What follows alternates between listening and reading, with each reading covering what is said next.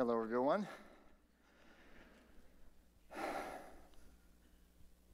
I'm happy to be here with you at the TEDx Berkeley event today. I teach something, an approach to living I call the peaceful warrior's way. But I would like to set a context for what I'm about to share with you, so let me give you a sense of my story in brief. When I was a young man at Berkeley, training in a gym right across the street, and that old gas station in the story, in the movie and the book, was about 2 blocks from here on Oxford and Hurst, I used to do things like this.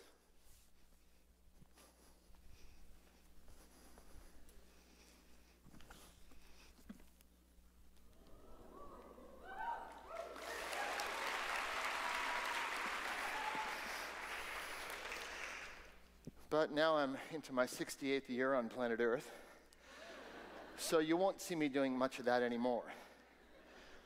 In fact, they've moved my books from the New Age section to the Middle Age section in the stores. But back then, I was focused, almost obsessed with the idea of talent and understanding what that meant. I defined talent as the ability to learn something quicker and easier and rise to higher levels. That seemed like a fair estimation of talent. And I asked, could it be developed? Is it innate or developed? And it seemed to me intuitively, and since research has confirmed, that talent is about 20% innate, body type and so on, for sports. But about 80% could be developed. And I said, back then when I was training as an athlete and when I was coaching at another university down the peninsula, I started working with that idea. What constitutes physical talent? What helps people learn faster and easier and rise to higher levels? And what if I trained a foundation and my athletes developed that before focusing on the skills of gymnastics? So it seemed to me that strength and flexibility and coordination and rhythm and timing and reflex speed and balance all contributed to this ability to learn faster and easier. So for the first year, I trained the athletes in all these qualities. And the team went from the bottom of the conference to one of the top 3 teams in the nation in about 3.5 years. I trained the top US Olympian as well. So my theories did work in practice. And I might still be coaching today. But I was going through some things in my own life outside the gymnasium, and I realized being able to do handstands and somersaults didn't help me much when I went out on a date. And those skills really didn't apply directly when I got married or had children and dealt with financial challenges and career decisions and all the challenges of everyday life we all face. So that's when I started asking bigger questions. How can we as human beings develop a talent not necessarily for sports, but a talent for living, for the actual changes of everyday life? Now, I've said a few things about my story, but let me acknowledge your story. You have a story as well, and it's your treasure, because no story on the planet is exactly like yours. It's not as if you just have a story, you are a story in the making. You're a novel being written, and you never know what the next chapter is going to be. So I want to acknowledge that. We've all overcome adversity and difficulties in our life. Now, I could be wrong about that, so maybe I can ask for a show of hands. Would you raise your hand, please, if you've experienced physical, emotional, or mental pain in your life? Could I see a show of hands out there? Thank you. Okay, we do have that in common. I think you'd agree, though, that difficulty, that pain, that adversity you may have dealt with, because of that, you're a little bit stronger now, maybe a little bit wiser, and maybe even have a greater sense of compassion and perspective for having gone through that.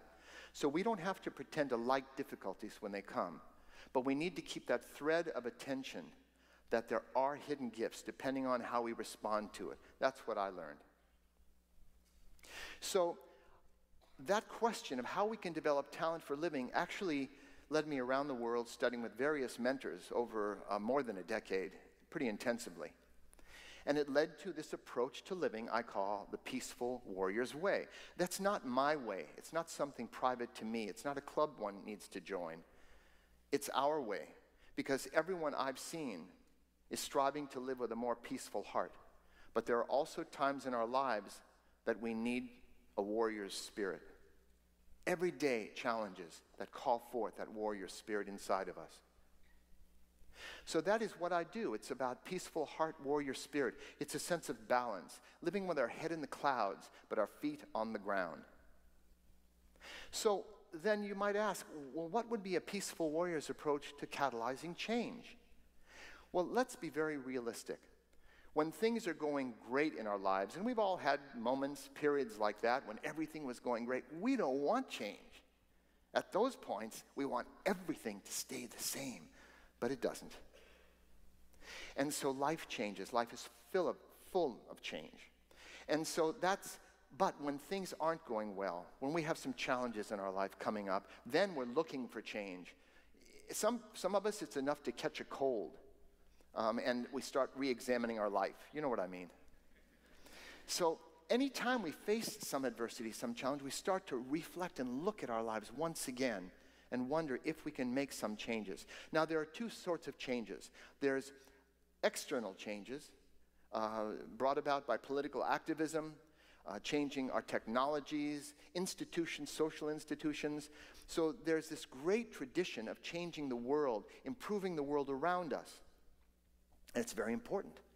There is also a tradition of internal change, psychological, spiritual, personal growth, where people say, you know, I think the greatest difference I can make is changing myself, and then I can bring more into the world and be more useful. Now, for some people, there's a contradiction between those two sorts of change. They say, oh, I don't want to be a navel-gazer and just thinking about myself, and I want to be politically active in the world. Well, I actually confronted this important question.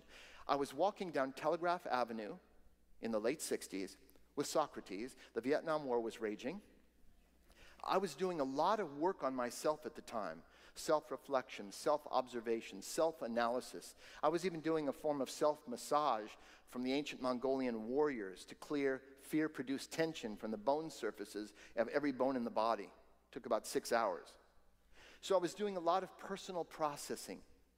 And at the same time, as we walked down Telly, I noticed a poster about starving children and oppressed peoples and anti-war activism and organizing. And I turned to Sok and I said, you know, Sok, I feel kind of guilty or selfish doing all this work on myself when there are so many people in need out there. And he didn't say anything at first. Then suddenly he turned to me and he said, take a swing at me. I said, what? Did you hear what I was just saying? He said, come on, I'll give you $5 if you can slap me on the cheek. Go ahead. Well, I figured it was some kind of test he was giving me, so I bobbed and weaved, and finally I took a swing at him. In the next moment, I found myself on the ground in a rather painful wrist lock. And as he helped me to my feet, he said, you notice a little leverage can be very effective? I said, yes, I noticed. He said, well, if you want to help people, of course, do what your heart tells you to do. But don't neglect the work on yourself, because that's what's going to give you the clarity, the courage to know how to exert the right leverage at the right place at the right time and really make a positive difference in the world. So it's not a question of either or, this kind of change. It's a matter of both, outward and inward. Now, even if we decide we want to work on ourselves, where do we exert the right leverage? What is that comprised of? Some people focus on fixing their insides. This is very popular in the metaphysical, spiritual traditions, in the self-help movements, how to change your thoughts, think more positively, and so on. So some work with the mind and the emotions, to have just the right emotions and so on, to make a change in the world. The emphasis that I bring to it can best be explained, I think, by describing two fundamental approaches to change, to doing what needs to be done. And the first approach is very popular. It sounds something like this. First, you need to quiet your mind so you can create empowering beliefs. To raise your self-esteem so you can practice positive self-talk. To find your focus and affirm your power to free your emotions and visualize positive outcomes so that you can find the courage to generate the confidence to make the determination to form the commitment to feel sufficiently motivated to do whatever it is you need to do. That's one approach. I recommend the other, which is just do it. Life is always going to come down to that. Whether it takes us a few minutes or a few months or years, the question always remains before us. What will you do now in response to the circumstances? Because it seems to me we have to look closely at what we have more or less control over. Can we control the thoughts that arise in our mind and change those? Let me ask you, how many of you have ever read a book about positive thinking, the power of positive psychology, positive thinking, positive mental attitude? Okay, I see quite a few hands. Now, how many of you have only had positive thoughts after reading those books for, say, the last couple of weeks? Anybody? That's interesting, isn't it? And we believe, of course, but if I'd read the book twice, if I'd highlighted it and done all the exercises, maybe I too would be having more positive thoughts. Well, maybe so. But as far as I've looked, we don't have any direct control over what thoughts arise in our awareness. We don't have a spam filter in our heads. A lot of junk mail comes through. And that's just perfectly natural. It's part of life. Sometimes my thoughts are positive, sometimes they're negative. I'm at peace with my mind now because I recognize that. I'm no longer worried about it. If you want to become obsessed about something, I'll tell you how to do it. Just try really hard not to think a given thought all day. How about our emotions? Can we control our emotions? If we could just will ourselves to feel differently from the way we feel in any given moment, then my seminars and talks would be very short. I would just say, hi, my name is Dan. I recommend you feel happy the rest of your life. Somebody came up to me after a seminar or a talk, workshop I gave and said, Dan, I don't know, I have to tell you, I feel so inspired. I said, don't worry, it will pass. Because it's true, isn't it? Inspiration comes and goes. Motivation rises and falls. The question remains, what will we do? What will we do? Now, I'd like to share a bit of a secret with you that how do we turn what we know into what we actually do? Isn't this the major challenge of our lives? Let me give you a very specific example. Because we all know, for example, raise your hand if you know, if you're aware that it's good to do regular, moderate exercise almost every day. Please. Just raising your hand will help the blood circulate in your body, so I recommend it. All right, so everyone knows it. I think I see somebody in the back who was going, maybe not, maybe not.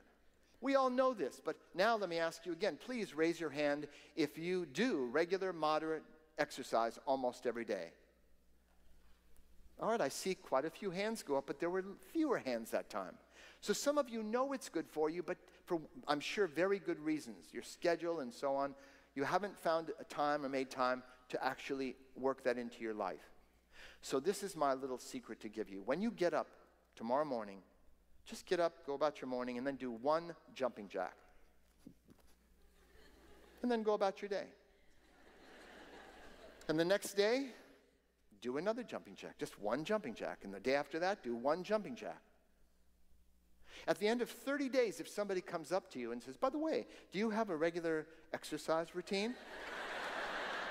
Yes. Now, we find that amusing, and it is kind of funny, but of course, you're more sophisticated than that. You're going, come on, Dan, that's not going to give me my aerobic points or change my metabolic set point or give me a training effect. But it's significant, and I'll tell you why. First, you've made a resolution you stuck with.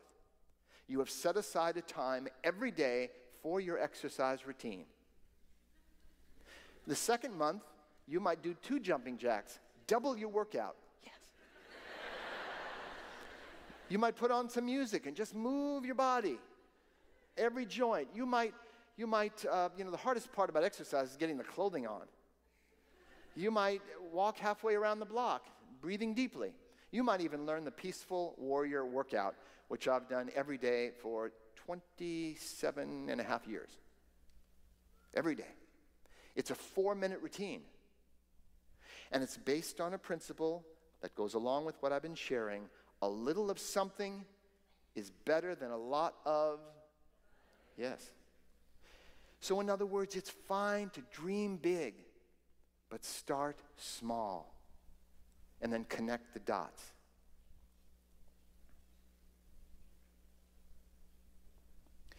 Life can feel overwhelming when we're thinking about the past and future.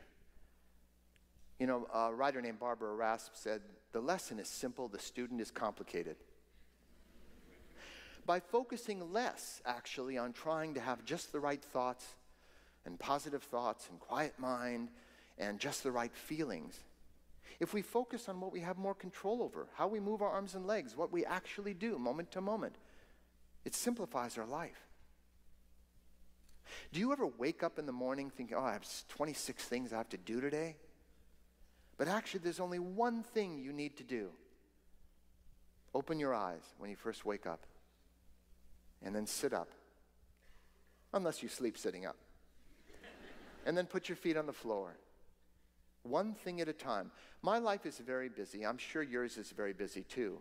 But my life has become very simple when I've finally realized I can only do one thing at a time. A young man, a college student, actually came up to me once and said, "Dan, I know you charge a lot of money for personal consultations, but I'm a poor college student. I just have $1. Can you tell me something for $1?" I said, "Sure." And I told him 6 words that could change his life if he actually practiced it. Those 6 words were simply here and now, breathe and relax. Just remembering to do those things more often. Remembering where we are, right here, right now. The moment of reality, it's the only one. Mark Twain once said, "I've had many troubles in my life, most of which never happened." Yeah, we laugh because there's some truth there. A light bulb goes on. Most of our troubles are self-created, about past and future, regrets, anxieties. But right now, we can handle this moment. Life comes at us in waves of change. We cannot predict or control those waves, but we can become better surfers. So in closing, I recommend to us all, that we practice surfing, learn to surf the waves of change here and now, each moment. We can always handle this moment, and the quality of our moments become the quality of our lives. Thank you very much. Thank you. Thank you.